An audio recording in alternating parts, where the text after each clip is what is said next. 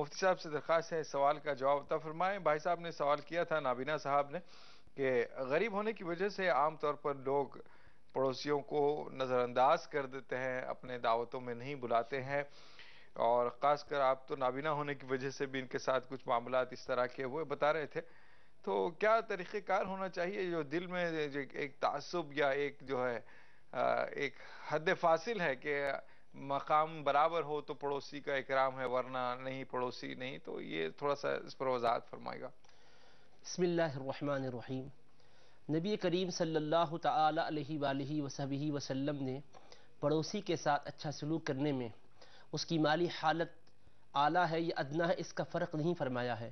وہ ایمان والا ہے یا غیر مومن ہے اس کا بھی فرق روا نہیں رکھا ہے، وہ سماج کے کس طبقے سے تعلق رکھتا ہے یہ بھی فرق آپ نے روا نہیں رکھا ہے، بس اتنا ہے کہ وہ پڑوسی ہے، پڑوسی ہونے کے ناطے اس کا حق آپ نے ایک ایمان والے کے ذمے عائد کر دیا ہے اور حکم فرمایا کہ وہ اس کے حقوق ادا کرے۔ اور ہمارے نابینا بھائی صاحب نے جو اپنا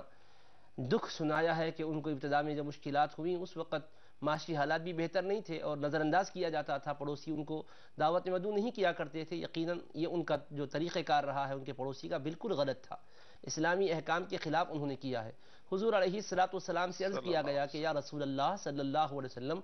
ہم پر پڑوسیوں کے حقوق کیا ہیں؟ تو آپ نے ارشاد فرمایا جب وہ بیمار ہو تو تم اس کی مزاد پرسی کرو، جب وہ انتقال کر جائے تو اس کے جنازے میں شرکت کرو، جب وہ محتاج ہو جائے تو اس کی تنگدستی کو دور کرو، اور جب وہ کوئی خطا کر جائے تو پردہ پوشی سے کام لو۔ نبی کریم صلی اللہ علیہ وسلم نے یہاں تک ارشاد فرمایا کہ کوئی چیز اگر تم خریدو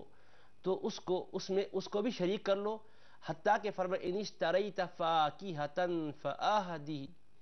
الیہ منہا، اگر تم کوئی میوہ بھی خریدتے ہو، پھل پھلار لاتے ہو تو اس میں سے کچھ حصہ اپنے پڑوسی کو بھی دو، اور یہاں تک فرمایا کہ اگر اس درجے میں تم نہیں ہے کہ اس میں سے کچھ حصہ دے سکتے ہو تو ادخلھا سرا، علانیہ طور پر میوہ گھر نہ پہنچاؤ بلکہ پوشیدہ طور پر لے آؤ،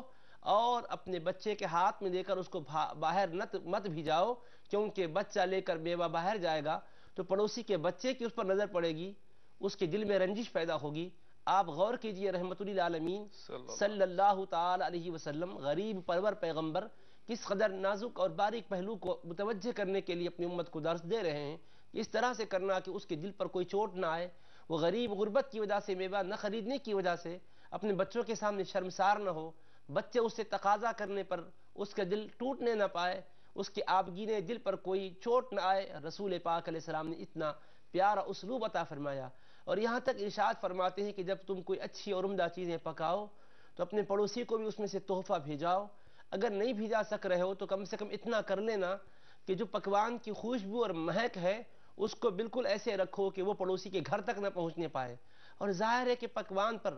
جو خوشبو یا مہک پیدا ہوتی ہے اس کو بندہ روک تو نہیں سکتا، تو آپ اتنے لطیف پیرائے میں فرما رہے جب تم اس کو روک نہیں سکتے ہو تو کچھ اچھا اور عمدہ پکائے ہوئے ہو تو ضرور اس میں سے کچھ حصہ اپنے پڑوسی کے گھر بھی بھیجاؤ۔ اور یہاں تک فرمایا صحیح بخاری میں حدیث ہے یا نساء المسلمات لا تحقرن جارۃ لجارتها، کہ کوئی بھی عورت اپنی پڑوسن کے تعلق سے ہدیہ تحفہ دینے میں کوئی اس کو معمولی نہ سمجھے، ولو فرس نشاہ،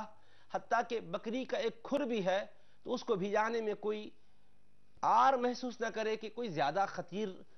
رقم پر حاصل کردہ تحفہ بھی نہیں ہے، کوئی معیاری چیز بھی نہیں ہے، مختصر سی چیز ہے، کیسے بھیجائیں یہ مت سوچو۔ فرمایا آپ علیہ السلام نے فرمایا جب کوئی چیز پکاؤ تو اس شوربے کو اس میں بڑھا لو، اگر تم اس کو اندر کی چیزیں نہیں دے سک رہے ہو تو شوربہ بھی تو دے سکتے ہو۔ یہاں تک کہ حضرت عبداللہ بن عمرو بن عاص رضی اللہ عنہما جو کہ ایک جلیل القدر صحابی ابن صحابی ہیں،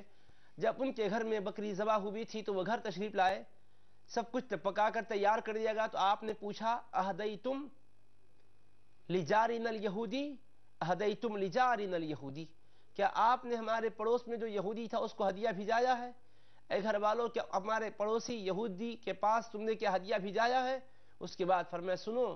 رسول اللہ صلی اللہ علیہ وسلم سے میں نے سنا ہے،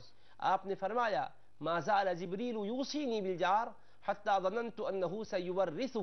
مسلسل جبریل علیہ السلام میرے پاس آ کر اللہ تبارک و تعالیٰ کا تاکیدی حکم پہنچاتے رہے پڑوسی کے ساتھ اچھا سلوک کرنے کے بارے میں، یہاں تک کہ یہ خیال ہوا کہ پڑوسی کو باضابطہ کیا جائیداد میں بھی حصے دار بنا دیا جائے گا، اتنا خیال آنے تک پڑوسی کے سلسلے میں پیہم تاکید پر تاکید، حکم پر حکم رب تبارک و تعالیٰ کی بارگاہ سے جبریل علیہ السلام حضور علیہ السلام کے پاس لاتے رہے۔ تو یہ حدیث پاک کو سامنے رکھ کے ابن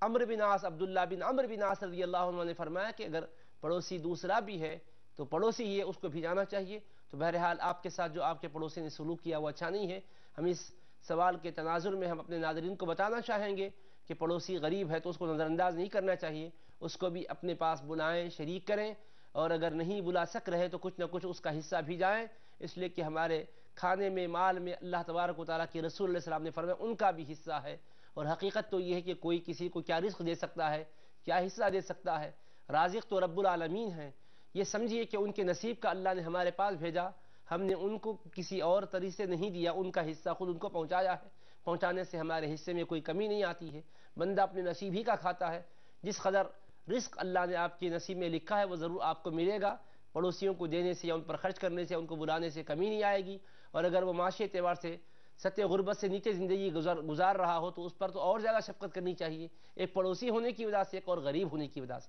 اور نہ بھی نہ ہے تو پھر اور مزید وہ اس کی حالت تقاضا کرتی کہ اس پر رحم کیا جائے، اس کو پوچھا جائے اور اس کی خبر گیری کی جائے۔ اس کو نظر انداز کرنا گناہ ہے۔ اللہ تبارک و تعالی ہمیں توفیق عطا فرمائے۔ اللہ بحفظ منہم۔